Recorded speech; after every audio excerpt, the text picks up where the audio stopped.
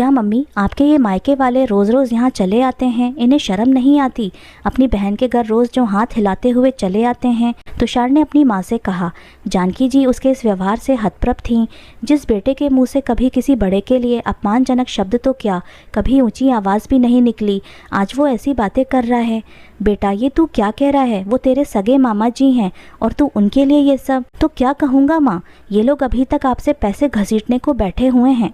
इतने पैसे ले चुके लेकिन दिल नहीं भर रहा इन लोगों का। बस जब देखो बहन के पास चले आते हैं मांगने। तुषार ने माँ से कहा, बेटा एक बार ही मैंने अपने भाई की मदद क्या कर दी, तूने घर को सिर पर उठा लिया।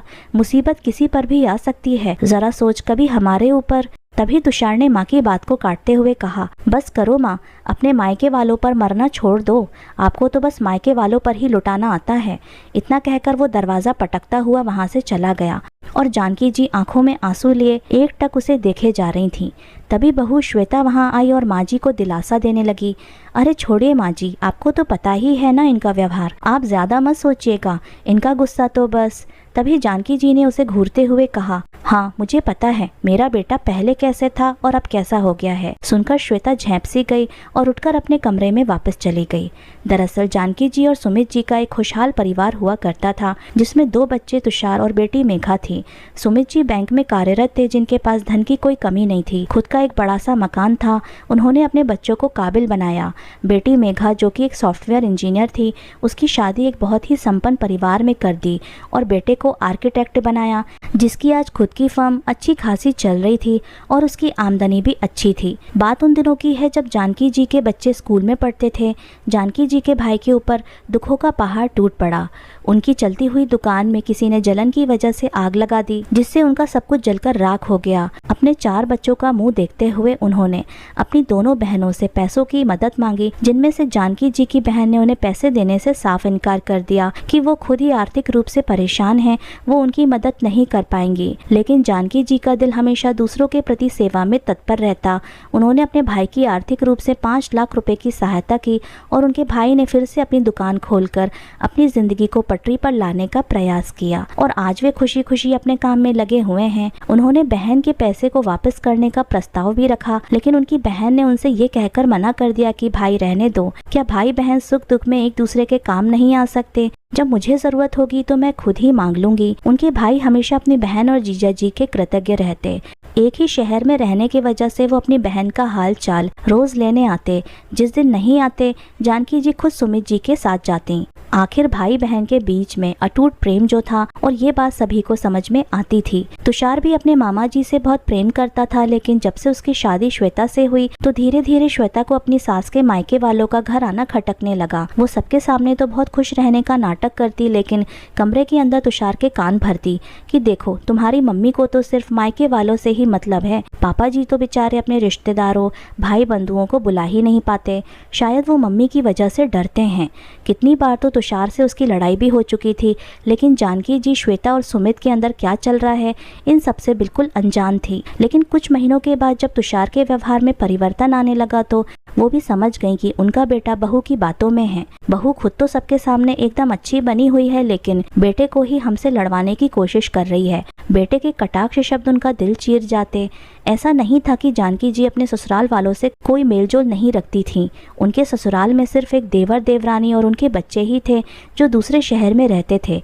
जब भी मौका पड़ता वो लोग जानकी जी के घर जरूर जाते, या फिर जानकी जी और सुमित जी उनके यहाँ रहने चले जाते। कुल मिलाकर उनके ससुराल से संबंध भी अच्छे थे, पर श्वेता और तुषार को तो बस जानकी जी के मायके वालों से ही दिक्कत थी। खैर, एक बार की बात है, तुषार के ही एक प्रतिद्वंदी जिसका ऑफिस भी उसी के ऑफिस के पास था, उसने तुषार के ऑफिस में काम करने वाले एम्प्लॉयज को एक एक करके अपने ऑफिस में नियुक्त कर लिया।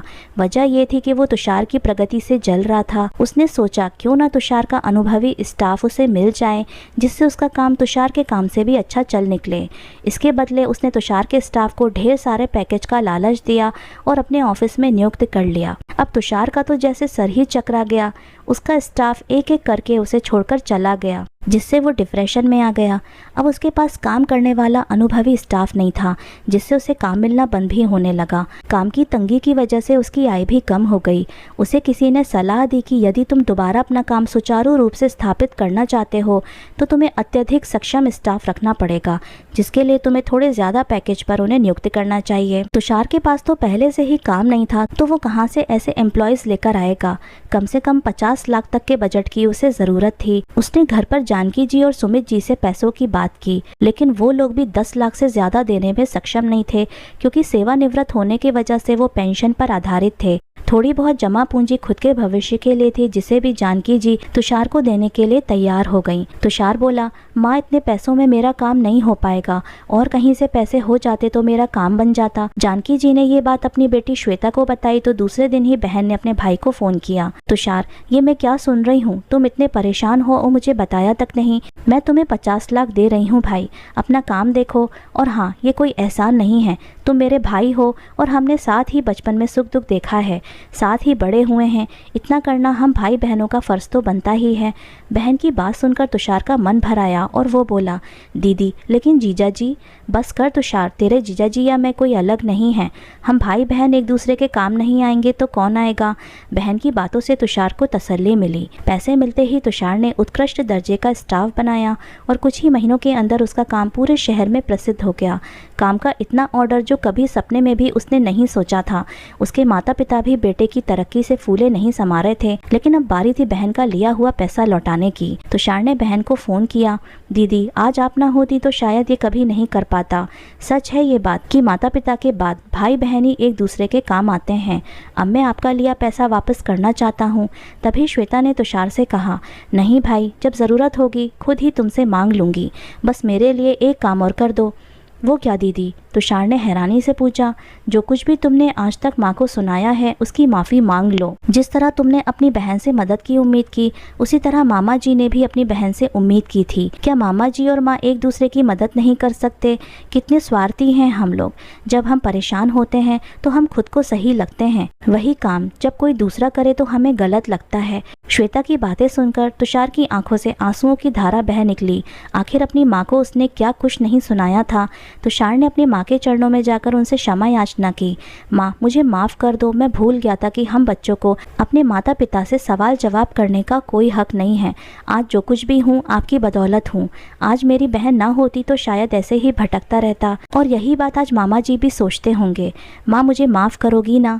जानकी जी ने बेटे को सीने से लगा लिया, और अब श्वेता को भी समझ में आ गया था कि परिवार को खोखला करके हम अकेले कभी खुश नहीं रह सकते।